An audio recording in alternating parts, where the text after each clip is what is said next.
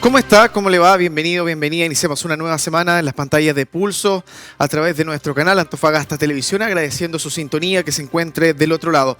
Hoy vamos a tener un programa bien interesante, con una temática que a muchos toca de cerca, otros un poco más lejos, pero que sin duda ha sido un flagelo en el mundo y para qué decir a nivel nacional y local. El concepto pobreza en muchas partes del mundo se asocia a la insatisfacción de necesidades básicas. No necesariamente se relaciona con carencia, pero pareciera que la historia de nuestro país estos conceptos han vivido de manera bien cercana con nosotros y han convivido en una suerte de flagelo que todavía sigue siendo una brecha importante que no podemos superar.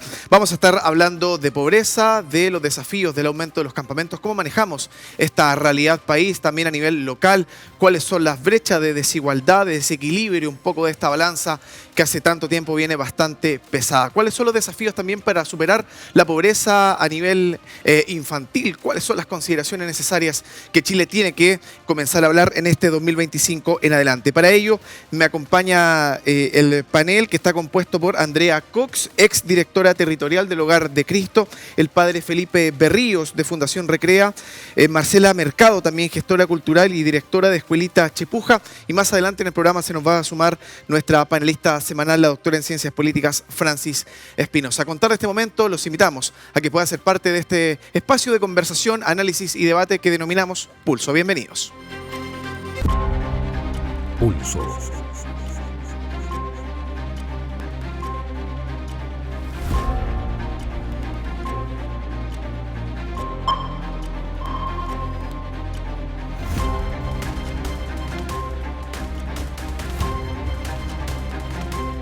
Mira Antofagasta Televisión. Bienvenidos a Pulso.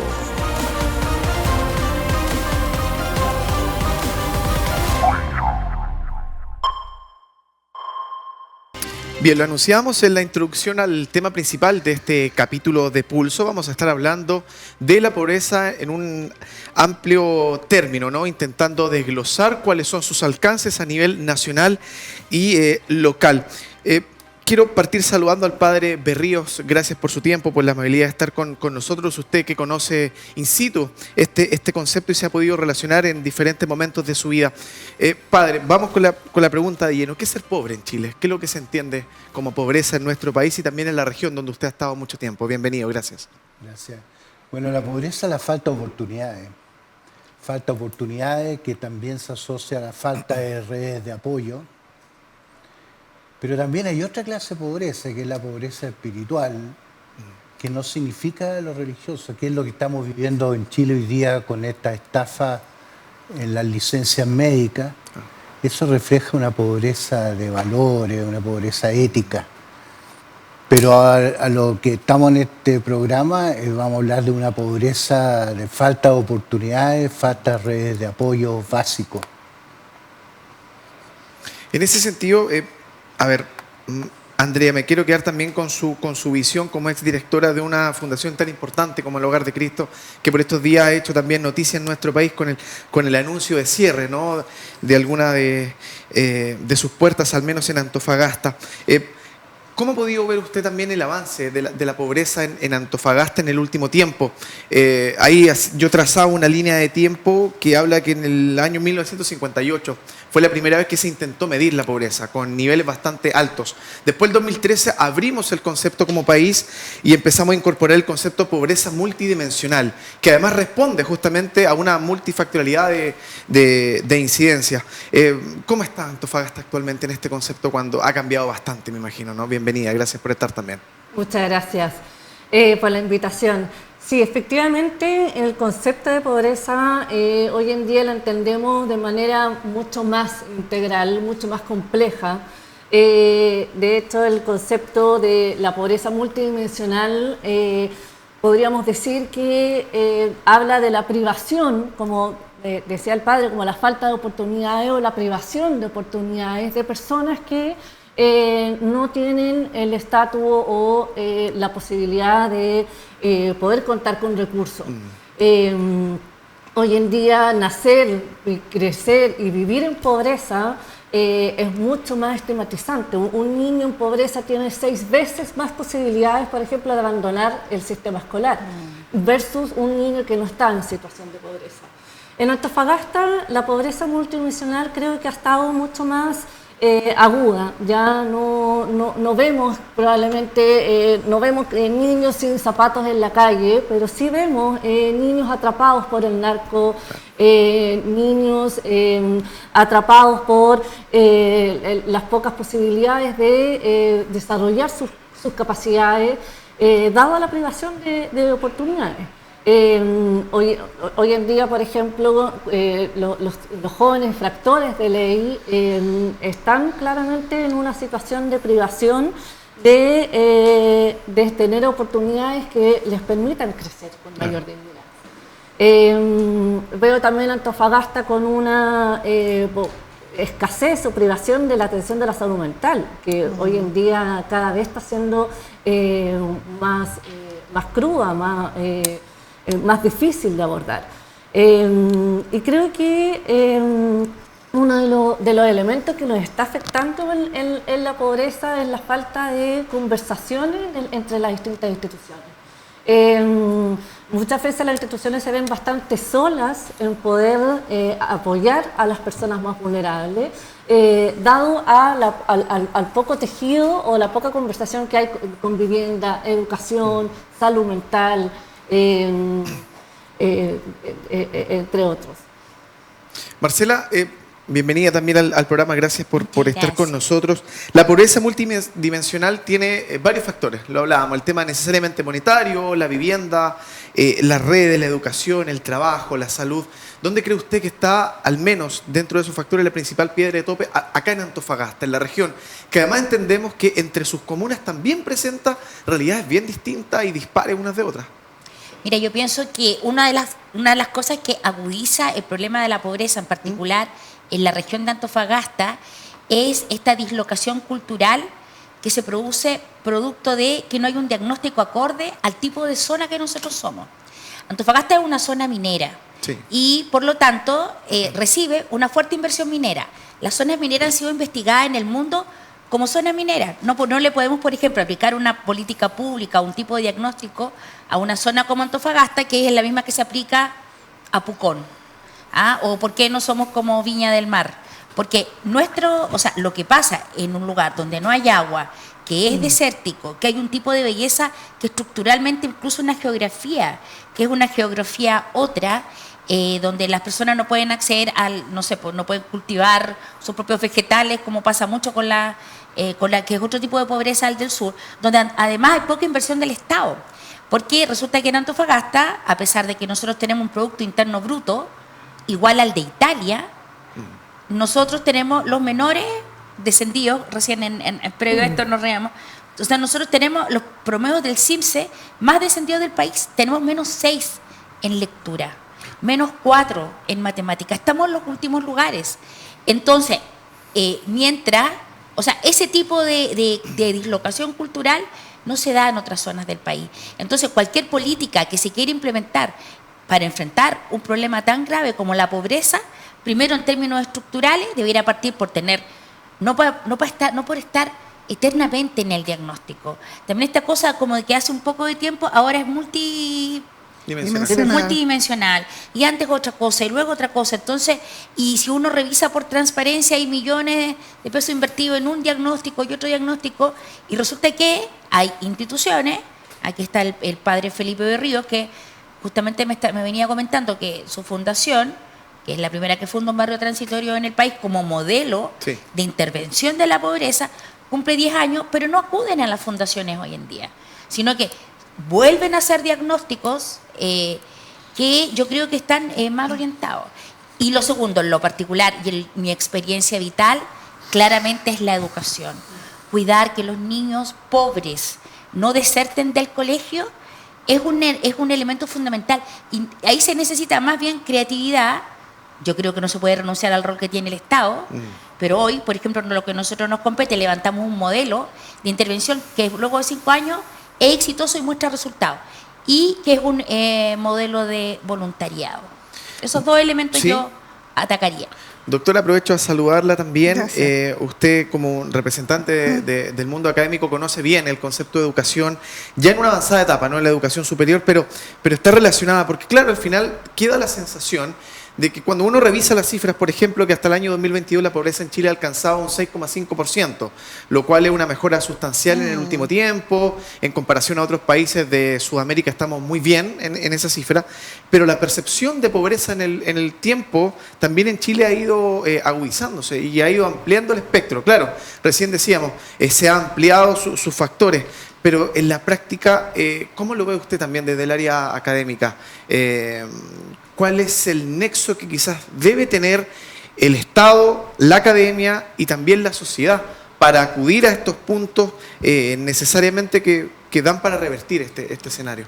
Sí, la verdad es que el tema de la pobreza es un tema, digamos, no agradable, así que yo realmente felicito al canal y al programa que toque estos temas que la gente quiere esconder, quiere dejar, digamos, en el sector de los campamentos, debajo de la alfombra. Entonces, son temas no agradables, son temas en el cual yo puedo hacer la vista gorda y que me importe poco. Son temas también que tienen que ver con estereotipos. Pareciera ser que, digamos, en el caso específico de situación de calle, parece que migración fuera sinónimo de situación de calle cuando en realidad la realidad no muestra eso.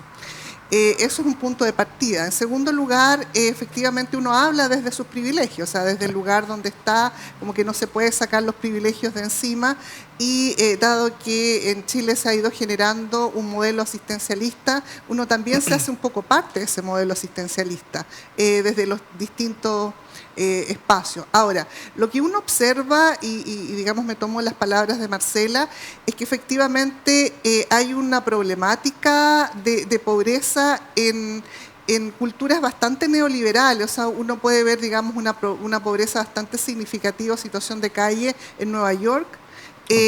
No sé si similar acá, pero uno ve, digamos, una cosa bastante significativa. Uno ve en Italia también digamos, un círculo de pobreza asociada a la migración africana bastante significativa. Entonces, uno va viendo cómo las sociedades neoliberales avanzan en crecimiento y desarrollo para unos pocos y finalmente van generando una brecha mucho más significativa entre quienes tienen y no tienen. Y Antofagasta no es la excepción. O sea, Antofagasta originalmente y hasta el día de hoy está dividida entre digamos, de la línea hacia arriba, ¿no? Sí. Entonces, de la línea hacia arriba ya se considera sectores con cierta vulneración. Pensemos todavía los campamentos que están más arriba. Entonces, yo creo que hay una geografía, como decía Marcela, en la cual la pobreza, digamos, se estereotipa también, ¿no? Se generan muchos estereotipos y pareciera ser que se asocia a sectores en este caso altos de la ciudad, seguramente también periféricos de la ciudad, y uno queda con la sensación de que a veces desde el municipio, por ejemplo, se ve Antofagasta desde los Jardines del Sur, que es muy distinto a verlo a quienes alguna vez hemos subido, por ejemplo, en los campamentos, más Marcela, el padre que vive ahí, o sea, es muy distinto. Entonces, ¿cómo miramos la ciudad en términos de hacernos cargo de la ciudad? Algo que también viene analizando Marcela hace rato, cómo los pobres se apropian de los espacios públicos y finalmente se generan espacios de gente en calle, pero eso, digamos, también es parte de una discusión mayor que tiene que ver con políticas públicas. Padre, ampliemos también y profundicemos un poquito lo que dice la doctora. Los chilenos, la sociedad en sí, el Estado, ¿se está haciendo cargo de la pobreza? ¿Realmente nos importa la pobreza? ¿O es un fenómeno que si no toca a mi puerta, en verdad yo no salgo a mirar lo que está pasando? Yo creo que el eje cultural ha ido cambiando. Hoy día la preocupación número uno es la seguridad, después vendría toda la temática de género y después la cuestión ecológica, de lo animalista, etcétera. Y la pobreza ha pasado, cada vez va bajando de lugar de preocupación, en parte porque se asocia la pobreza a flojera, que la gente es floja, por eso es pobre, o que la pobreza hay delincuencia. Y que además las noticias que estamos viendo a diario reflejan que la delincuencia está mejor en otros lugares. Pero es complicado porque culturalmente se ha ido desplazando, no es agradable el tema, y van ocupando otras cosas, la pauta noticiosa o la preocupación. Y también porque, por ejemplo, en Antofagasta, la región, hay 3 regiones en una. Está los que viven de la minería, que tienen unos estándares de vida. Está la gente que vive de un salario, que tal vez es la que más sufre. Y está la gente de los campamentos. Y esto se repite en el país también. Entonces, una sociedad de consumo apunta a temas que producen más consumo. Y esos temas son lo que te he nombrado. La seguridad, la cuestión de género y la cuestión ecológica o animalista. Entonces la pobreza ha ido bajando del lugar de preocupación. Claro, se ha ido descategorizando en las prioridades. Andrea, me quiero también colgar de un concepto que esbozó Marcela, que me parece bien interesante, que es que la gente ya no está acudiendo a las fundaciones, no está pidiendo ayuda, no se está respaldando, las autoridades quizás no están trabajando de la mano. ¿Por qué ha pasado eso? ¿En algún momento se hizo y eso se quebró, se dejó de hacer, o en verdad nunca se hizo con la solidez necesaria para que se sostuviera en el tiempo? ¿Por dónde pasa eso quizás? A ver, hoy en día efectivamente existe una crisis para las instituciones y tiene mucha relación también con la alta burocracia en la que se ha ido gestando los convenios. Lamentablemente la situación que vivimos hace poco, que surgió acá en Antofagasta, y hizo que muchos trámites, especialmente con la Contraloría, que nos parece que está muy bien, hay que supervisar, hay que monitorear, pero no llegar a un límite de burocracia, que hoy en día hay un montón de proyectos que no pueden surgir o no pueden emerger, dado que instituciones grandes como el Hogar de Cristo son capaces de poder traspasar. Yo creo que la solidaridad de las personas, efectivamente hay estudios de la Fundación Trascender, por ejemplo, que ha ido demostrando que hay menos voluntarios. Hoy en día lo que ha surgido con mayor fuerza son los voluntariados más grupales, como los corporativos, pero lo que se ha ido perdiendo en el tiempo y que ha ido fracasando es el tema del voluntariado más individual. El voluntariado donde las personas van apoyando con mayor tiempo con sus profesiones a las distintas instituciones. Lo hemos vivido con el mismo Hogar de Cristo, como también otras instituciones. Techo también es una institución que se sostenía por voluntarios. Y bueno, también hay otras situaciones. Además tenemos el fundador del Techo, claro, que no es poca cosa. Exactamente. Además. Entonces, ahora que conversábamos el tema de si nos importa o no la pobreza, la filósofa de la Cortina hablaba de la porofobia. Efectivamente, aquí en Chile tenemos mucho miedo al pobre y el de ser pobre. Por lo tanto, es una temática que... Disculpa, Andrea, ¿miedo por lo que es o por lo que representa ser pobre? Ambas cosas, ya. Ambas cosas. O sea, el ser pobre o el estar en una situación, en un contexto de pobreza.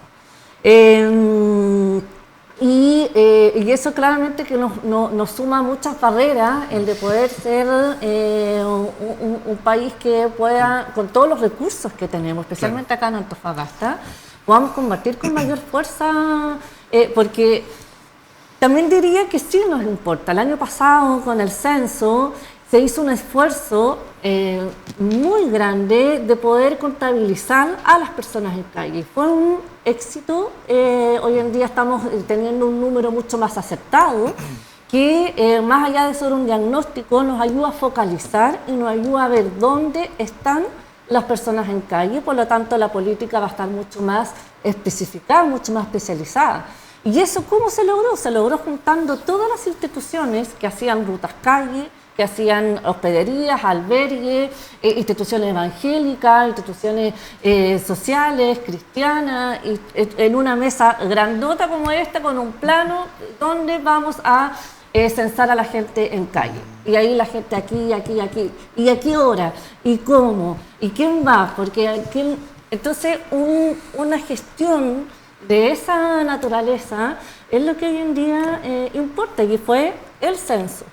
La verdad que yo quedé maravillada con esa experiencia del año pasado. Si se repite en otras instancias, claro, ahí es donde tenemos que seguir esforzándonos a ese tipo de acciones. Perfecto, con esa reflexión nos vamos a ir a la pausa. Es un tema amplio, nos gustaría tener quizás mucho más tiempo para poder desmenuzarlo con mayor atención. A la vuelta del corte vamos a estar hablando de los asentamientos, los diferentes campamentos en la región y sobre todo en la ciudad de Antofagasta. Cómo este fenómeno incide directamente en el concepto de pobreza y desigualdad, lo resolvemos tras el corte. Sigue Pulso por Antofagasta Televisión. Gracias por seguir en nuestra sintonía. Estamos haciendo junto a ustedes del otro lado Pulso por las pantallas de Antofagasta Televisión. Vamos a entrar directamente en el tema que habíamos dejado propuesto antes de la pausa, el asentamiento de los campamentos. A ver, en el año 2025, de lo que va de año, la región de Antofagasta cuenta con 154 campamentos, un aumento que se ve reflejado en un 14.1% respecto a la medición anterior. En ese desglose se cifra que Antofagasta es la quinta región del país con más campamentos y la primera con mayor porcentaje de migrantes viviendo en ellos. Padre Berríos, ¿cuánto ha cambiado la configuración de Chile, de nuestra sociedad y de Antofagasta? La llegada de olas migratorias, el asentamiento en campamentos y la percepción también del antofagastino en el día a día. Sabemos que post pandemia también se generó ahí una situación que se descontroló, que para muchas autoridades generó también una problemática bastante grande. Mira, yo creo que los campamentos se acabaron en el 2010. ¿A qué me refiero? A campamentos con suelo de tierra, gente pobre que añoraba una vivienda definitiva, que estaban organizados, que tenían dirigentes potentes, que había una moral dentro del campamento, no entraba el trago, la droga, la delincuencia. Esos campamentos se acabaron en el 2010. Lo que hay ahora le llamamos campamento, pero es una realidad totalmente distinta. Hay muchas mafias metidas en ello que se aprovechan de la gente realmente necesitada. Hay una ausencia de ONG, fundaciones y principalmente el Estado, la presencia del Estado en ello. Es una realidad totalmente distinta, culturalmente súper difícil de abarcar. Y lo de los inmigrantes, yo quiero dar algunas cifras. En Chile el crecimiento de la población está, lo normal debiera ser lo mínimo 2.4 para reemplazar a quienes se van muriendo. En Chile está, me parece que 1.6 o algunos dicen 1.4. Y la gente, los campamentos, las mujeres están teniendo 2.4 hijos. O sea, las nuevas generaciones, lo que van a sustentar el país, son los niños que hoy día están en campamento y que están creciendo en la indefensión total. Y esa preocupación parece no estar en las autoridades ni en la política. Pero hay otra cosa también que sobre los inmigrantes. Nosotros tuvimos una avalancha grande de inmigrantes y un grupo grande que vino de Venezuela, sí, que eran más bien gente de derecha, gente profesionales, que entraron a trabajar. Después hubo una segunda inmigración, más mezclado social y políticamente, que también entraron a trabajar.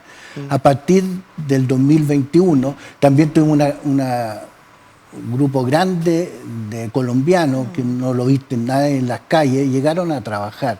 Pero hubo el 2021 más o menos un grupo grande de migrantes que provenían de Venezuela que no venían a trabajar y que principalmente se dedicaron a delinquir y que le han hecho un flaco favor a los mismos venezolanos y al resto de los inmigrantes.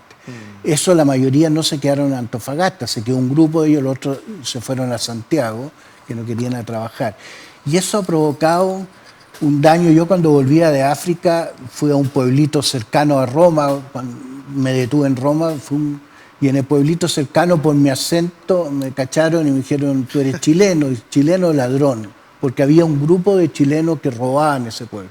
Un poco ha pasado eso con los inmigrantes. Este grupo de venezolanos que llegó el 21 ha provocado que se estigmatice al inmigrante con ser una persona que viene a delinquir. Y eso no coincide con la realidad. Pero la situación de los campamentos hoy día en Chile es una muestra del abandono del Estado a la gente. En Antofagasta, donde el 80% del terreno es de bienes nacionales. Sí. Y bienes nacionales, el perro el hortelano no come ni deja comer. Y especula con el suelo para ganar plata y repartirlo al resto del país. Y sin embargo aquí la gente con arriendos carísimos no tiene dónde vivir. Y las mafias que controlan los campamentos se aprovechan de eso. Doctor, en ese sentido, ¿qué políticas públicas urgentes se necesitan para tratar de revertir esta situación y entender la proyección también que hacía el padre Berrío referente a que en Antofagasta gran porcentaje de la población de jóvenes y de niños a futuro va a ser proveniente de los campamentos? ¿Cómo se conjugan estos factores para intentar solventar una situación que ha crecido mucho en el último tiempo y que pareciera que en Antofagasta todavía no tiene una luz, un camino más o menos transitable, ¿no? En ese sentido. Sí, yo creo que acá pasan varios fenómenos. En primer lugar, comparto el punto de vista, Marcela, de que hace falta tal vez un buen diagnóstico sobre el tema, digamos, de migración, porque a veces los guarismos entre oficiales versus el que da, por ejemplo, techo, el que da techo y otras organizaciones, muchas veces no coincidían. O sea, un buen diagnóstico del tema migratorio. En segundo lugar, hay un centralismo, también lo señalaba Marcela, un centralismo en el sentido en que pareciera ser que todo el país es homogéneo, entonces hay que aplicarle las mismas políticas públicas a todo el país. Eso me parece que es un segundo aspecto.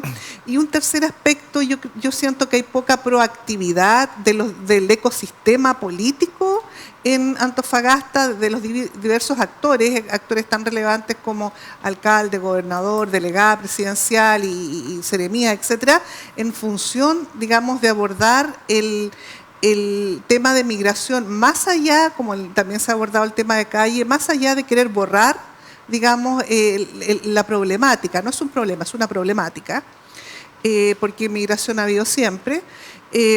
Hay un tema de borrar, pero no hacerse cargo, digamos, de manera concreta de cómo desarrollar o cómo generar proyectos que impliquen, por ejemplo, los temas que hablaba el padre Felipe Berrío o Andrea Cox, de qué manera finalmente primero se articulan, en este caso, las organizaciones que están trabajando tanto en los temas de migración, tanto en los temas de pobreza, tanto en los temas de calle, y de qué manera se proyecta una estrategia, porque es un problema región y también seguramente una problemática región-país, y de qué manera esa estrategia aborda, así como de manera multidimensional o sistémica, el tema de la pobreza. También se abordan estas problemáticas que acontecen sobre todo a la primera y la segunda región, Arica y Parinacota, digamos la primera y la segunda región, Tarapacá y Antofagasta. Y además que es curioso que acá, además, quienes ganan las elecciones es un voto bastante pragmático y populista como Franco Parisi. Entonces, digamos, personajes como ese, digamos, de ese talabre, difícilmente vea soluciones a largo plazo, que serían la educación, u otras medidas para incluso ir generando un cambio cultural en la gente y entender, como decía el padre Berrío, que la multiculturalidad está allá presente y finalmente va a sustentar la juventud en la población. O sea, la población joven la va a sostener, en este caso, la población migrante. Marcela, quedándonos en ese plano, ¿cuáles han sido, según su mirada, los principales obstáculos y cuáles pueden seguir siendo las trabas a futuro de la correcta implementación de políticas públicas, del trabajo mancomunado entre fundaciones, instituciones, ONG, los gobiernos de turno cada 4 años y el estamento público-privado? ¿Cuál es la principal piedra de tope en este camino, entonces? O sea, yo creo lo primero es que este es un Estado pequeño que ejecuta sus políticas públicas a través de fundaciones y corporaciones. Entonces, este escándalo que nos tocó presenciar con mucha vergüenza, porque fuimos el epicentro del escándalo convenio, sí, generó una sospecha sobre las fundaciones. Una vez el padre Felipe decía, ser fundación, estar en Antofagasta, trabajar en campamentos como la trilogía perfecta para perder cualquier tipo de aporte en fundaciones que históricamente, sobre todo en aquellas que tienen un trabajo sostenido y esto es súper serio, y yo creo que las fundaciones, en mi caso nosotros en la escuelita seguimos con un modelo de voluntariado, entonces no estamos formalizados, pero yo creo que es súper serio, porque si no hay confianza hoy en las fundaciones y corporaciones de la región de Antofagasta, la política pública no se puede ejecutar, porque en las instituciones del Estado no tienen la capacidad, porque es un Estado liberal, es el modelo donde el Estado es muy pequeñito, entonces las fundaciones están ahí no para lucrar, están ahí para ejecutar la política pública. Yo creo que hoy justamente uno de los principales problemas que hay es que las fundaciones no están pudiendo ser este brazo armado del Estado directamente en los campamentos, y además, sobre todo fundaciones que llevaban muchos años no sé, por lo que nombraba recién la Andrea, Techo, el Hogar de Cristo, la Fundación Recrea, y hay otras fundaciones que están en campamento. Además, bueno, ese es un punto. El otro punto, evidentemente, el déficit habitacional no está solamente determinado por el nivel de ingresos de una familia. Ese no es, como dice Felipe, los campamentos se acabaron. Aquel campamento donde la gente organizada hacía tomas de terreno, llegaban organizados y trataban de buscar una solución. Ese no es el modelo de campamentos hoy en día. Entonces, la problemática de los campamentos no está siendo abordada tampoco desde el Estado. Por ejemplo, a nosotros nos toca luchar contra la deserción escolar. Es toda una problemática, porque hoy en día ya las familias no ven en la educación el motor de la movilidad social, que era lo que nos pasaba a las generaciones antiguas. Claro. O sea, nosotros nos movíamos, los papás nos decían, solamente te voy a dejar la educación, entonces estábamos enfocados en eso. Hoy en día no es así. Y hoy en día hay un cambio cultural que es interesante, y además decir que, por ejemplo, en liceos emblemáticos, que además están haciendo una tremenda labor, un saludo para Sergio Álvarez, el director del liceo Mario Bahamonde, el ex liceo de hombres.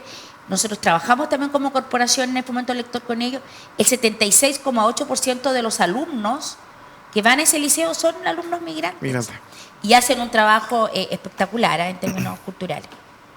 A ver, Andrea, para entender todavía un poquito más el panorama general también, ampliando a Chile. Antes se miraba o se creía que la brecha, hablando de pobreza, te traía una desigualdad, en el sentido que aumentaba la distancia entre los ricos y los pobres. Pero ahora hemos visto, al menos en la región de Antofagasta, de manera mucho más marcada, que ya no solamente aumenta esa brecha, ese gap, sino que también aumenta la diferencia entre chilenos y extranjeros. Se genera ahí una rivalidad bien grande, porque asociamos pobreza, como le decía en su momento el padre de Ríos, a migración en algunos casos. Campamentos, migración, delincuencia, inseguridad, flagelos sociales. Vamos a hablar también de los otros migrantes, los que llegan buscando una oportunidad. ¿Cómo van sorteando esas barreras que el entorno les va poniendo? Porque si estamos hablando de generar una visión prospectiva de la región en base a los extranjeros, tenemos que hacernos cargo hoy del problema, porque si no va a ser una mochila de la que no nos vamos a desprender jamás. Si ahora nos están tomando las medidas, difícilmente en 10, 15, 20 años vamos a cambiar la mirada, ¿no? No sé cuál es su visión, Andrea. Tenemos bastante estereotipos en que, el migrante es pobre, o el del migrante es delincuente. Claro. Efectivamente estamos y somos una de las regiones con mayor tasa de migración. Y está siendo claramente un problema en la medida en que no resolvemos el problema que todos tenemos, que tanto chilenos como migrantes tenemos. En tasas, por ejemplo, de personas en calle sigue siendo más las personas chilenas. En campamentos siguen también siendo más las personas chilenas que los extranjeros. Y Chile en su política de inclusión, claro, le está dando opciones, como por ejemplo en la educación, que tengan priorización para poder entrar a los jardines infantiles o al mismo sistema escolar o a la atención de salud, cosa que los chilenos a veces ven con harto recelo esa situación. Entonces, cuando estamos todavía entrampados en problemas como, por ejemplo, yo también respaldo mucho que la educación es uno de los componentes principales para ir superando la pobreza, porque es un factor protector para los niños, aunque sea malo académicamente, que no es lo ideal, que un colegio funcione sigue siendo un factor bastante protector. Si nos entrampamos en situaciones como que no pueden funcionar los colegios por falta de infraestructura, que no puede funcionar el hospital, hoy en día en Antofagasta tenemos un hospital que deja de funcionar por problemas de infraestructura. O sea, claramente que nos sumergimos a que la pobreza se agrava por la migración, dado que hay una situación que no satisface a los chilenos, a los migrantes tampoco, entonces finalmente es como una pelea de a quién salvamos primero. Entonces, sí, con la pandemia y con la migración se nos han agudizado temáticas, como por ejemplo personas en calle. Que el aumento por migrantes de personas en calle se aumentó significativamente. Y claramente que es un problema difícil de abordar en la medida en que no tengamos una política que nos integre a todos. Padre, recién usted mencionaba que el año 2010 el modelo campamentos como tal se había acabado.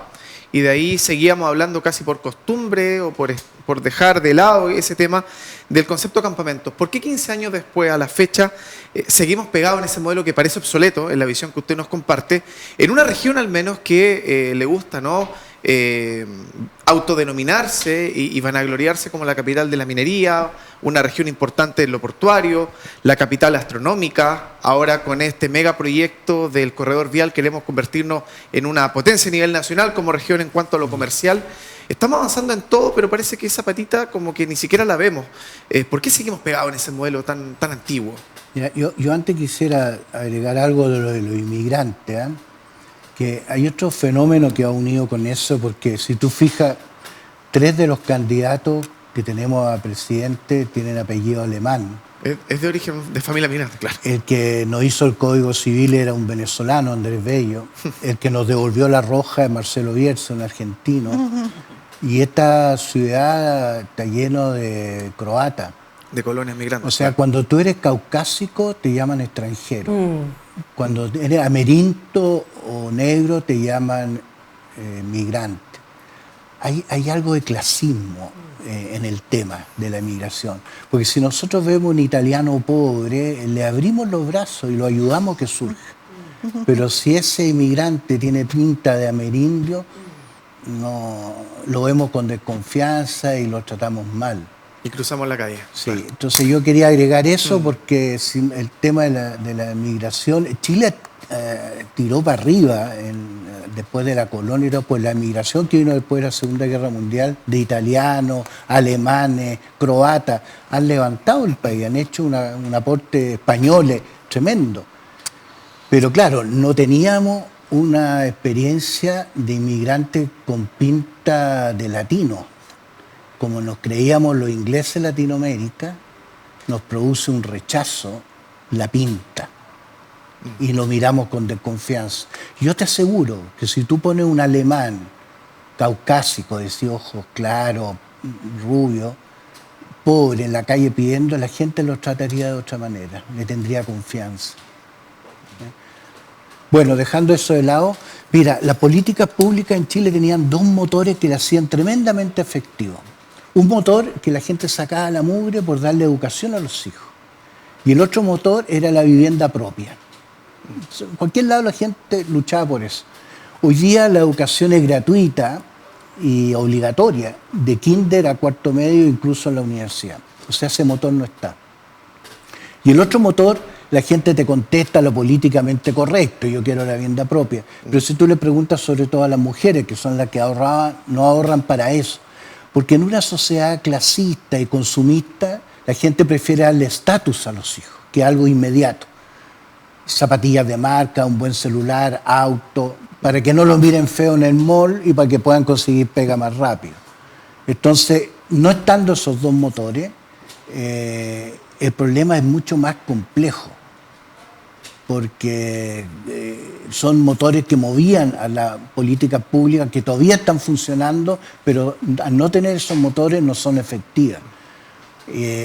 Como decía Marcela, nosotros tenemos $37.000 per cápita en Antofagasta. Yo creo que han aumentado los campamentos porque hemos tenido autoridades poca cosa. Tuvimos 4 años sin alcalde y tenemos autoridades que están pensando en la próxima reelección y que no tienen una visión panorámica. Tú nombraste que esta era una región minera, pero también somos una región rica en meteoritos, en culturas ancestrales. Aquí están los centros astronómicos más grandes del mundo. Por supuesto. Tenemos una de las fosas más profundas del planeta que ha sido recién investigada. O sea, tenemos pero tenemos autoridades que nos dan el ancho. Claro. Hay riqueza. Y que la hemos elegido. Sí. Como usted dice, padre, hay riquezas por una parte tangibles, monetarias, pero también otras intangibles que se han ido desviando, perdiendo en el camino. Vamos a separarnos el segundo corte de esta noche y a la vuelta seguimos profundizando todavía más y nos adentramos en un tema que a muchos toca la fibra: infancia y pobreza. Sigue Pulso por Antofagasta Televisión. Infancia y pobreza parecieran conceptos que en algunos casos van muy ligados de la mano. Hay otros que quizás lo pueden llegar a desconocer por el impacto que puede tener en la sociedad. Doctora, desde su mirada más analítica, Chile es un país, es una sociedad, es un Estado que ha dado cabida a esta discusión relacionando el concepto de infancia y pobreza. ¿Nos estamos preocupando realmente de los niños en la proyección que ya veníamos haciendo el resto del programa, entendiendo que mucha de esa juventud va acumulando la pobreza, porque pareciera que también tiene un carácter acumulativo y que después cuesta desprenderse de ese concepto, de ese estigma de vulnerable? Sí, en este gobierno, en el gobierno de Gabriel Boric, uno ve, por lo menos discursivamente, un interés más significativo por la niñez. Digo, en términos discursivos, porque yo la verdad es que como Santo Tomás, ver para creer, la verdad es que no estoy tan cierta de que eso sea plasmado tal vez en esta política del cuidado y otros, digamos, otros elementos que pudiesen incluirse dentro, digamos, del gobierno, que uno pudiese pensar en que las niñeces son algo fundamental. Ahora, yo siento que en general este Estado, como buen Estado tóxico, es un Estado abandónico de las niñeces y ha sido históricamente, y prueba de ello ha sido el fracaso de instituciones como el Sename y también Mejor Niñez. O sea, realmente ha habido una serie de iniciativas y programas que han ido fracasando porque finalmente es difícil generar una política pública que acoja, incluso de manera amorosa, a las niñeces descendidas, como decía Marcela, pero en realidad las niñeces que están bastante desprovistas de, digamos, de un sistema tutorial más significativo. Eso es un poco lo que uno ve, y la experiencia internacional nos dice que hay una mayor preocupación, no sé si en culturas tan neoliberales, pero hay una mayor preocupación, por lo menos por foster care, que son las familias de acogida, y ir generando modelos que en primer lugar, emparejen la cancha en términos de cuidado, pero también en relación a que los niños no abandonen el colegio, como bien decían en el panel. Entonces yo tengo la impresión de que Chile todavía está en deuda. Chile tiene que dar varios test a nivel internacional, y en términos de derechos humanos nunca nos va bien. Y es un resabio de la dictadura, pero también es la poca preocupación que han tenido los gobiernos democráticos por las situaciones de género y niñez, por ejemplo, y sobre todo de las niñeces. Marcela, usted recién comentaba diferentes carencias, ¿no? Y una de ellas apuntaba a la problemática de planes habitacionales, la habitabilidad de los territorios. En los sectores más vulnerables de Antofagasta se generan entornos sumamente hostiles. Uno lo ve en la práctica para los niños, niñas y adolescentes. Este tipo de situaciones generalmente se va arrastrando, como lo decía en la introducción al bloque, y genera un carácter bien acumulativo, donde a la persona le cuesta salir de ello. Entonces, claro, el camino no más fácil necesariamente, sino que el único que te queda por recorrer es algún flagelo social y terminan cayendo en situaciones complejas. ¿Qué política pública se podría tratar de dibujar para revertir este escenario? Mira, voy a hacer algo que odio hacer, pero lo voy a hacer. A ver. Nosotros llegamos a un grupo que era un club de lectura hace 5 años. En plena pandemia se estaba demarcando en el sector centro alto de la ciudad. Estaban demarcando personas que habían perdido sus empleos precarios. Estaban demarcando para poder construir, esto es, sobre las vías aluvionales, más arriba de la población René Schneider. Nos fuimos quedando conmovidos por la situación de los niños que tenían que estar en carpa. Y eso fue el 2020. En junio del 2020, justamente este mes, vamos a hacer un gran aniversario porque cumplimos 5 años de la escuelita Chepuja. Y al terminar ese año éramos profesores, profesionales, estudiantes universitarios que ahora son profesionales, con hartas voluntades. Hicimos la primera fiesta de Navidad y un niñito, bueno, en ese momento la crisis educacional estaba pero a full, los niños habían abandonado, estaban fuera del sistema escolar, además que tenían que pasar clases por computadores, la realidad en ese momento era un celular, el celular de la mamá y 4 hermanitos, entonces pasaban clase un día cada uno, y ellos querían estudiar. Entonces hay un niñito que se llama Jack, que él nos pidió para Navidad que su mayor regalo era aprender a escribir su nombre. Él tenía 9 años. Y desde ahí nosotros creamos una escuelita, un poco con una convicción profunda, ya profundamente comprometidos con estos niños. Y desde ahí hemos sido un sistema autogestionado, con harto cariño de la ciudadanía. Hasta el día de hoy funcionamos en una linda media agua que nos donó el padre Felipe Berríos, que nos conoció al principio, insistió en que teníamos que tener un lugar que fuera un lugar seguro para los niños. Él también tiene una experiencia que es maravillosa, pero esta es la nuestra. Luego de 5 años, nosotros fuimos generando dinámica. Los niños solamente pasan clases, el niño migrante llega, le sacamos IP, lo insertamos en el sistema escolar y de ahí los vamos acompañando con todos los recursos materiales que necesita un niño para ir al colegio y con apoyo a los fines de semana. Funcionamos de enero a diciembre. Funcionamos con ellos, tomamos desayuno los 25 en la mañana y el 1 de enero el día de la purga en que nos pueden mojar. Claro. Y hay cosas, muy poca cosa cultural, lamentablemente, mucha matemática, lenguaje y todo. Hoy en día tenemos niños becados por Fundación Minera Escondida en el CEIM estudiando, tenemos alumnos estudiando ingeniería civil en la Universidad Católica del Norte, niños que partieron en la escuelita. Es decir, ¿qué quiero decir con esto? Primero, que ahí hay una política pública, costo cero para el gobierno. El modelo fue sistematizado por los voluntarios, está sistematizado con objetivos sostenibles, la doctora nos apoyó cuando se sistematizó el modelo. Ahí hay una política pública gratuita que la presentamos alguna vez en el ministerio que nos invitó. Pero yo creo que también hay poco interés en la gente que trabaja en territorio. Pareciera ser que si no lo pagaste, hay una cuestión con el consumo, yo creo. Y lo segundo es que ahí tú te das cuenta que el niño de campamento puede pasar sin hacer el tránsito hacia otro lugar, tú lo haces transitar por la ciudad. Y cuando tú haces eso, por ejemplo, nuestros niños una vez uno nos dijo, tía, por favor no me pongan en el diario que soy vulnerable, porque yo ya no soy vulnerable. Yo vengo a la escuelita. Primero, y eso se consiguió porque ese niño primero tiene una férrea disciplina. Súper disciplina. No pueden usar celular nunca. Celular, cuco. No pueden, y hay una disciplina súper fuerte y hay certezas. Todo lo que se le promete a un niño se cumple. Es decir, somos adultos a cargo de niños. Y el modelo es un modelo exitoso. Andrea, ¿nos estamos llenando de promesas o de certezas con los niños y la pobreza en Chile? De inconsistencia. ¿De inconsistencia? De inconsistencia. Yo creo que las promesas son necesarias. La certeza, hay cosas que no generan certeza, pero yo creo que nos estamos llenando de inconsistencia. Hace ratito conversábamos de esta experiencia del censo y claro, y ahí la Marcela me decía, sí, pero ahora no se han hecho nada con las personas.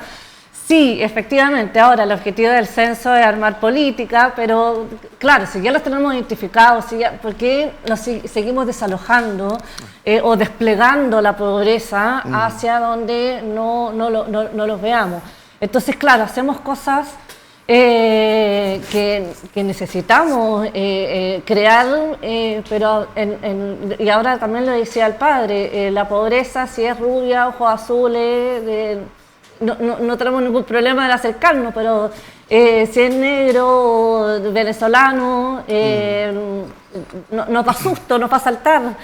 Entonces creo que más la palabra certera, estamos llenos de inconsistencias. Inconsistencias, padre, que al final uno, me imagino, desde su mirada y el tiempo que tiene conociendo bien la realidad de los campamentos y la zona vulnerable de Antofagasta, es una inconsistencia que se materializa.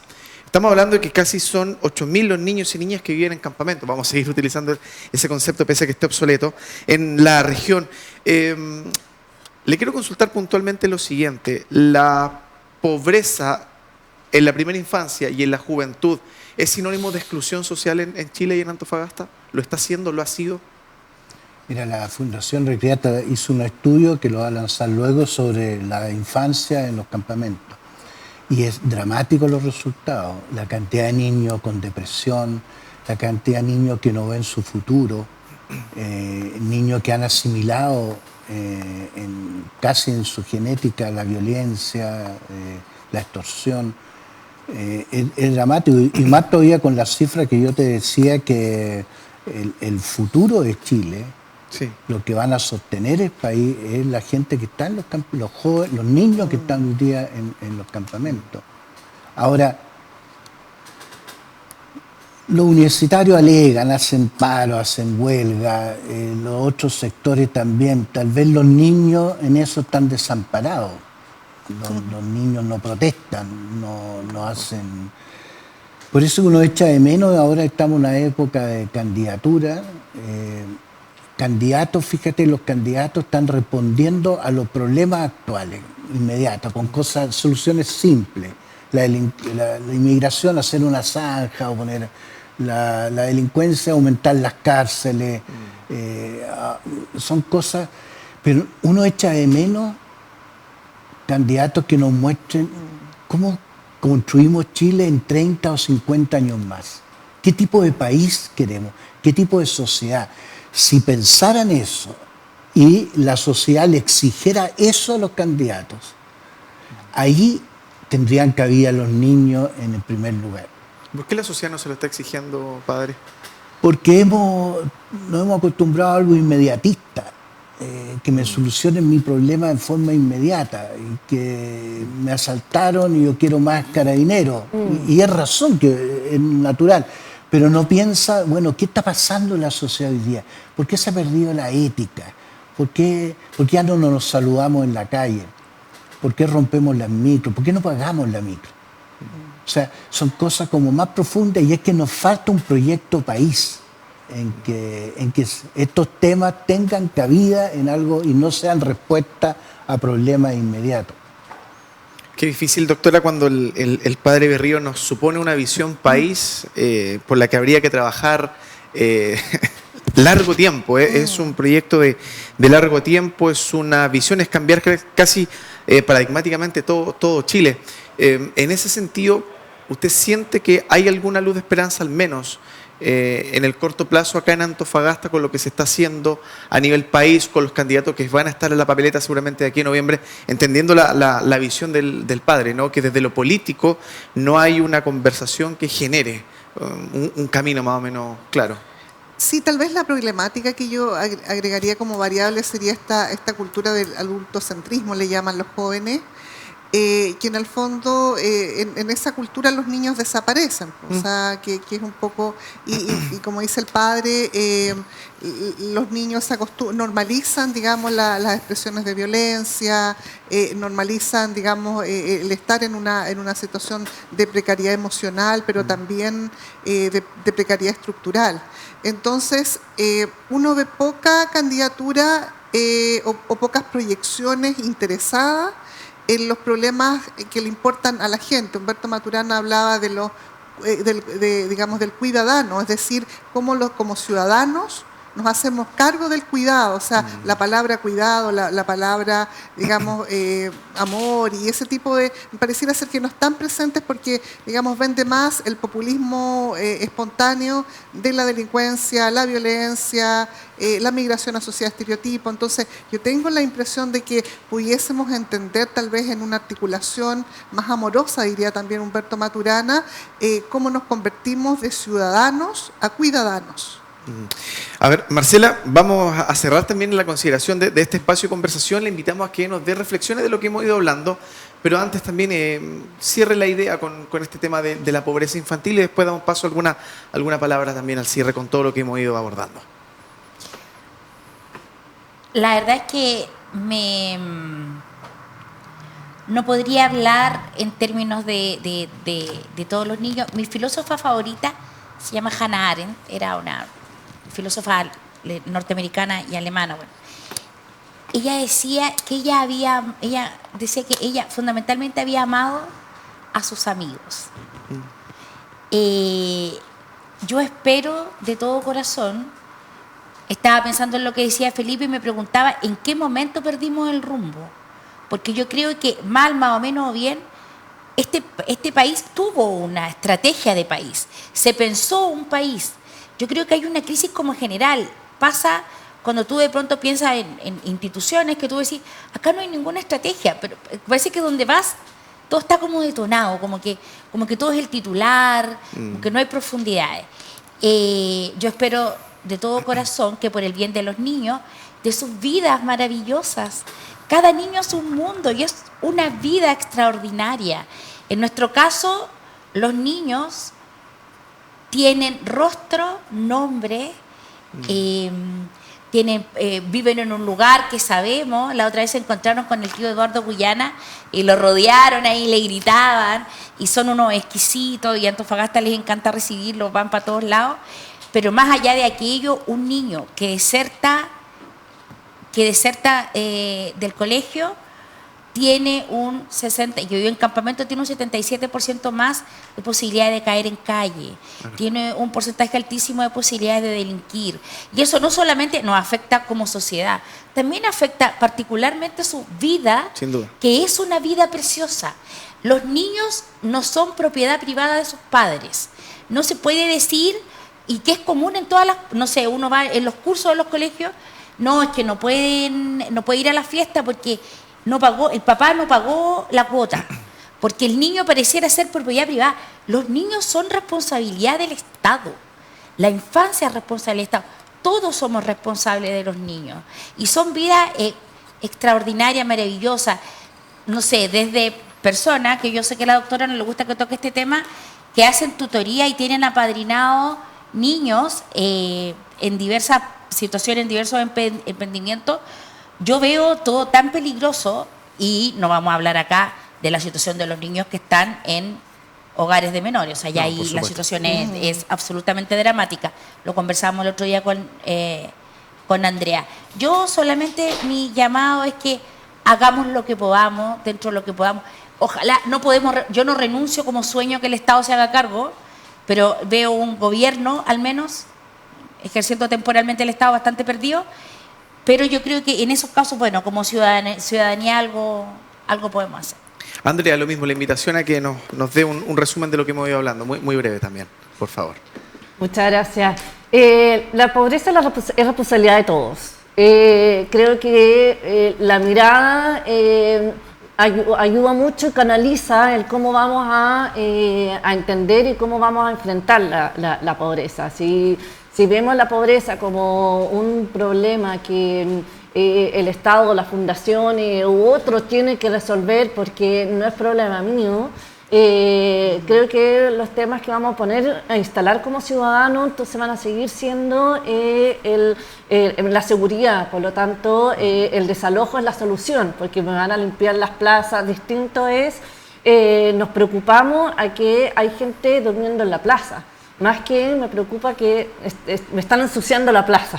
Creo que como ciudadanos ponemos la mirada, es la posibilidad de cómo nos hacemos responsables para que las autoridades escuchen la demanda de los ciudadanos. Muchas gracias. Padre Berrío, la misma invitación, por favor, palabra al cierre. Yo sé que la gente que está escuchando este programa está preocupada que sale a la calle y la pueden asaltar.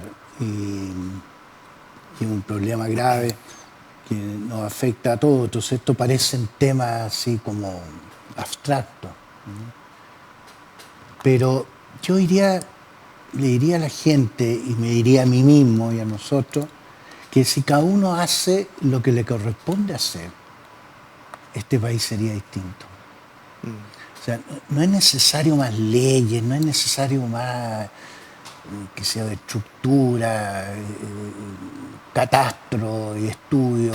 Si cada uno hace lo que tiene que hacer, si la señora barre su vereda, si pide la boleta, si dice la verdad, si eso lo hace el funcionario público, cumple con su horario, atiende bien a la gente, si lo hace el auxiliar en el hospital, si lo hace el carabinero que está en la calle, el profesor si hace su clase bien hecha, bien preparada, si cada uno hacemos lo que nos toca hacer, el país sería re distinto. Entonces yo le diría a la gente no se desespere creyendo que un candidato o un partido o una ley va a cambiar la cosa. Vamos a cambiar si nosotros somos mejores, el país va a ser mejor.